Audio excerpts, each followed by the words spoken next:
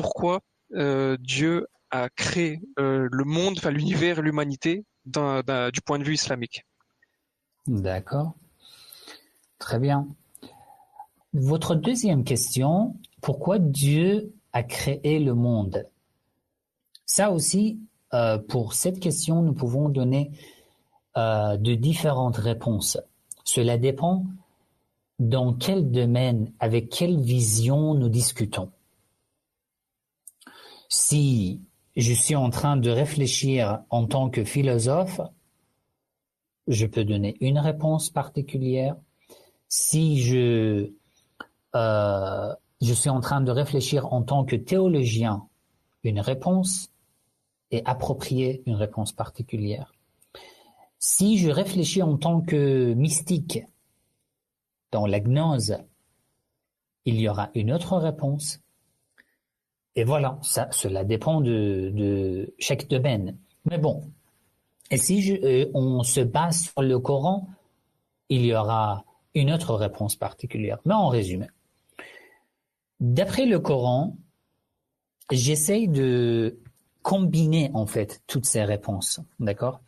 D'après le Coran, Allah dit « Ma khalaqtul jinna wal ins illa liya'budun » Le but, c'est l'adoration.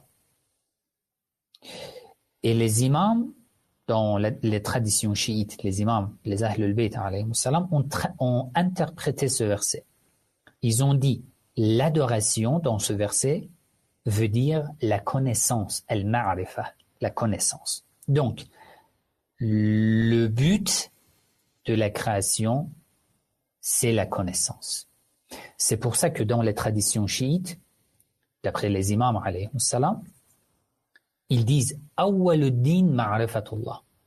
La première étape dans la religion, c'est la connaissance de Dieu.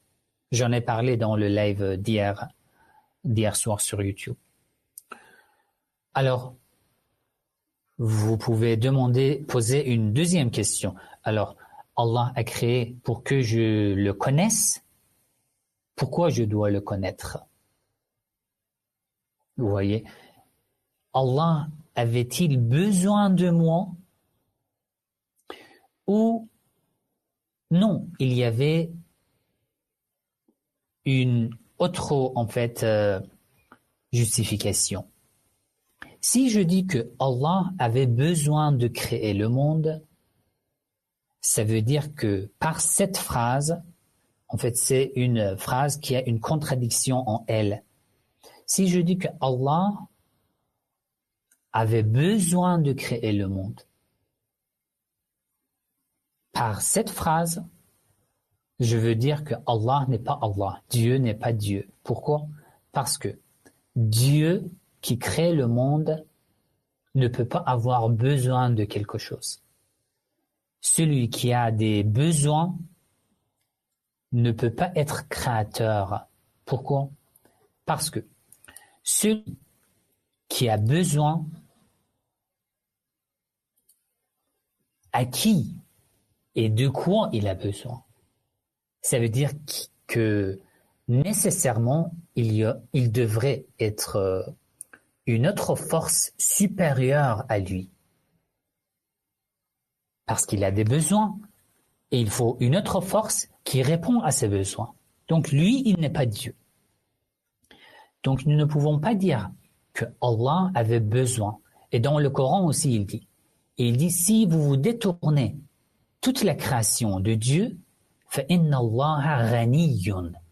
Allah est riche, il est indépendant. Ça ne lui fait rien de mal. Donc il n'avait pas besoin.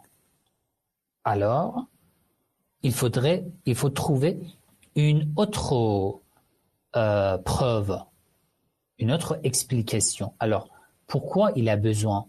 Pourquoi il nous a créés pour que nous le connaissions?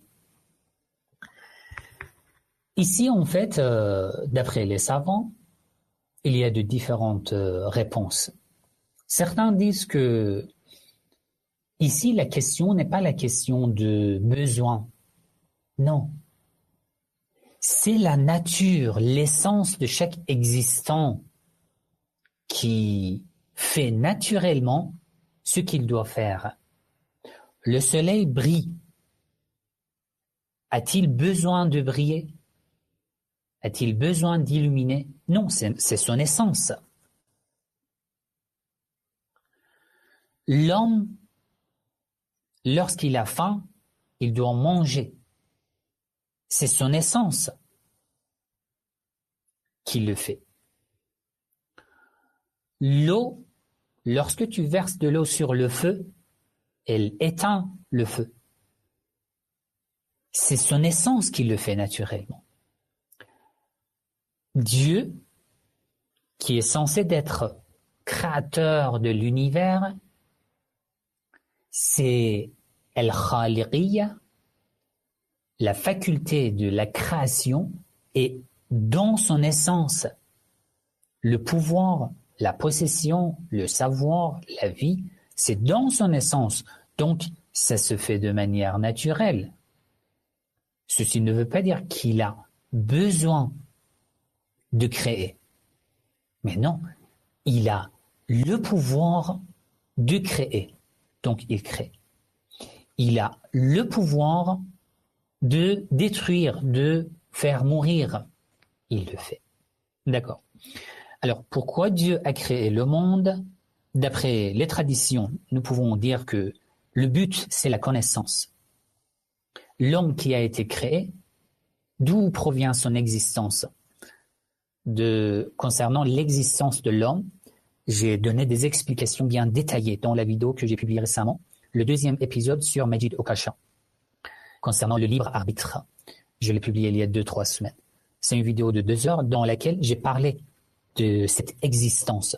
L'homme a de l'existence, mais c'est une existence pauvre. Antumul fuqara'u ila Allah. Vous êtes pauvre. J'ai bien expliqué ce verset dans la vidéo sur Majid Okasha. Ça veut dire que c'est comme une lumière. Lorsque tu allumes la lumière, après, tu veux l'éteindre. Dès que tu éteins, ça veut dire que dès que tu coupes l'électricité, il n'y a plus de lumière. Tu ne peux pas dire que non, j'ai déjà en fait allumé la lumière, j'ai lié l'électricité à la lumière, et maintenant que je veux couper l'électricité, la lumière n'a pas le droit de finir, on peut dire. Non, on ne peut pas dire comme ça. Parce que l'existence de cette lumière dépend de la présence de l'électricité. L'homme, son existence dépend de celle de Dieu, parce que son existence est pauvre. L'homme est pauvre en son existence. C'est pour ça qu'il a besoin d'une existence qui n'est pas dans le besoin. Alors, il a été créé. Le but, c'est quoi? C'est al-ma'rifa, la connaissance. Il doit connaître d'où il vient, de quelle existence il vient. La connaissance. C'est pour ça que l'imam Ali alayhi salam dit, si tu veux connaître le Créateur, Dieu, tu dois te connaître d'abord. Pourquoi? Parce que l'existence, c'est la même existence qui provient de Dieu avec une pauvreté. C'est une réponse qu'on donne en fait dans les traditions. Mais dans la philosophie, dans la gnose, il y a des autres explications aussi. Certains, surtout dans la gnose, interprètent la création, pourquoi Allah a créé le monde, parce qu'il adore la création. Il aime créer. Il aime voir sa création. Ensuite, il parle d'une argumentation qui se base sur al-hubb, l'amour. Dans la philosophie, il parle de la pauvreté dans l'existence, que j'ai expliqué de manière détaillée dans la vidéo, le 2e épisode sur Majid Okasha, concernant le libre arbitre. Dans la tradition aussi, il parle de la connaissance. Voilà. Dans la logique aussi, al-mantiq, il y a des explications. Ils disent que pourquoi Dieu a créé le monde, si tu réponds parce que, cela veut dire quoi? Ça veut dire que Allah a créé parce que, ça veut dire qu'il avait un but. Une telle réponse est incorrecte à partir du début. Dès que tu dis parce que, ça veut dire que tu n'as pas connu Dieu. Lorsque tu dis parce que, ça veut dire que tu es en train d'exprimer un but objectif. Et ceci est tout à fait contre l'existence de Dieu. Voilà, ça aussi est un sujet en fait qui nécessite beaucoup d'explications. Mais Inch'Allah, en fait, dans les cours de la théologie et de la philosophie que je suis en train d'organiser sur mon institut, on va parler en fait de tous ces sujets avec beaucoup de détails. Merci quand même pour ces deux questions qui sont très intéressantes.